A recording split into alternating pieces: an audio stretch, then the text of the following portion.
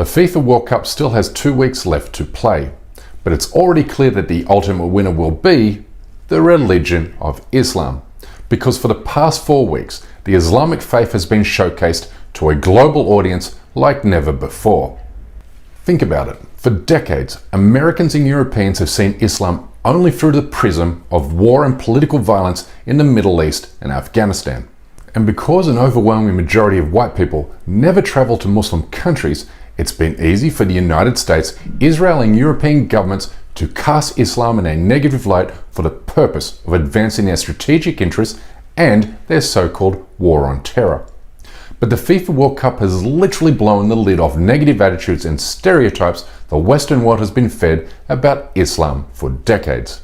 Today, Americans, Brits and Europeans are discovering why Islam is the world's fastest growing religion, despite a concerted effort by the Western media to undermine positive reports about Qatar, the first Muslim country to host the tournament, which got underway with this incredible recitation of the Quran.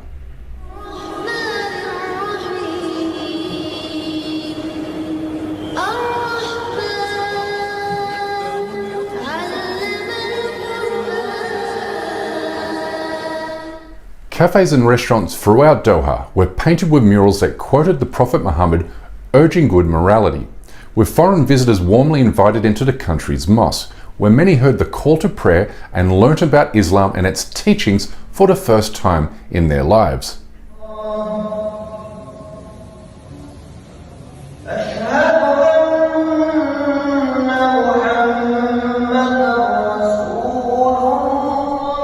As many Muslims have joked, foreign visitors to Qatar will arrive as David but leave as Dewa, which is really funny. Except the joke is on Western countries that have falsely painted Islam to be a violent and backwards religion, because entire families did indeed choose to accept the Islamic faith during the tournament. Definitely a very touching experience.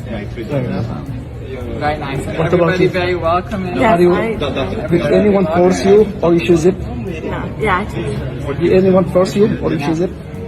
You chose it? Did anyone force you or you like it? You choose it? You choose to be a Muslim?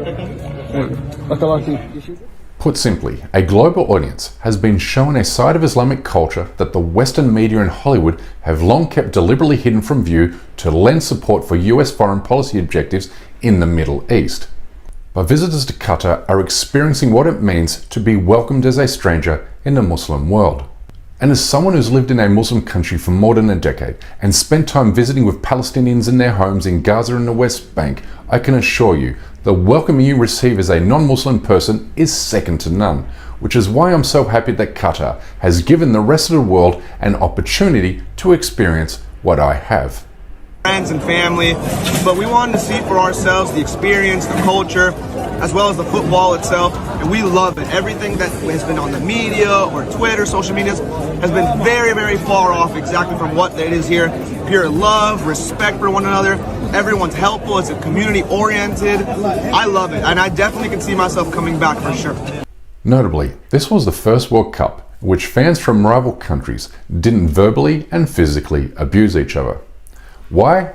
Because Islam is the only religion in the world to not be hijacked by race or ethnicity. Now watch football fans from all over the world sing Arabic songs in the streets of Qatar.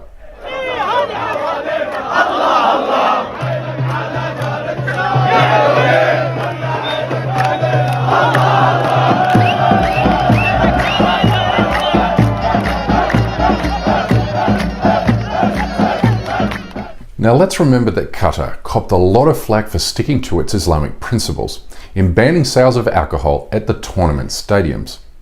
We heard all the usual allegations of Islamic extremism and whatnot, but here's 2 points of data that vindicates Qatar's courageous decision to not bend to Western desires. For the first time, families and female attendees felt safe to be at the football. The atmosphere in Qatar was widely described as unprecedentedly friendly and inclusive. But watch what happened when beer-guzzling English and Welsh fans got together in the Canary Islands to watch their respective teams play last week.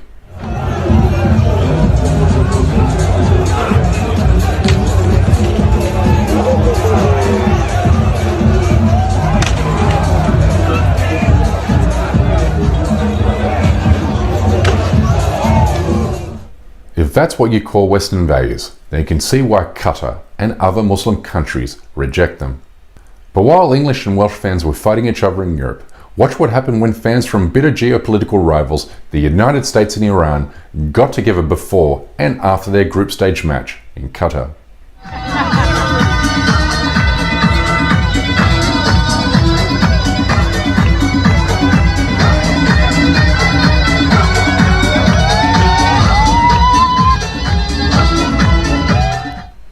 The tournament also showed that dictatorships and geopolitical rivalries in the Muslim world are not representative of the Muslim people. For instance, when Saudi Arabia defeated tournament favourites Argentina, the win was celebrated by Iranians, Qataris, and even Houthi rebels in Yemen. The entire Muslim world saying, "Today we are Saudi Arabia." Similar sentiments were expressed when Tunisia defeated its former coloniser France, and Morocco defeated Belgium, a European country that treats Moroccan migrants like second-class citizens. But rather than gloat in victory, the players from these countries showed the world how Islam guides them towards humility and grace, which is an aspect of the religious faith Western audiences have long been denied a view. The tournament also revealed that despite moves by Arab regimes to normalise apartheid Israel, the Arab and Muslim world remained committed to justice and the Palestinian people. Palestinian flags were flown at every game and Palestinian armbands were worn by the Muslim teams, while crowds sang the words, "With spirit and blood, we will redeem you, O Palestine."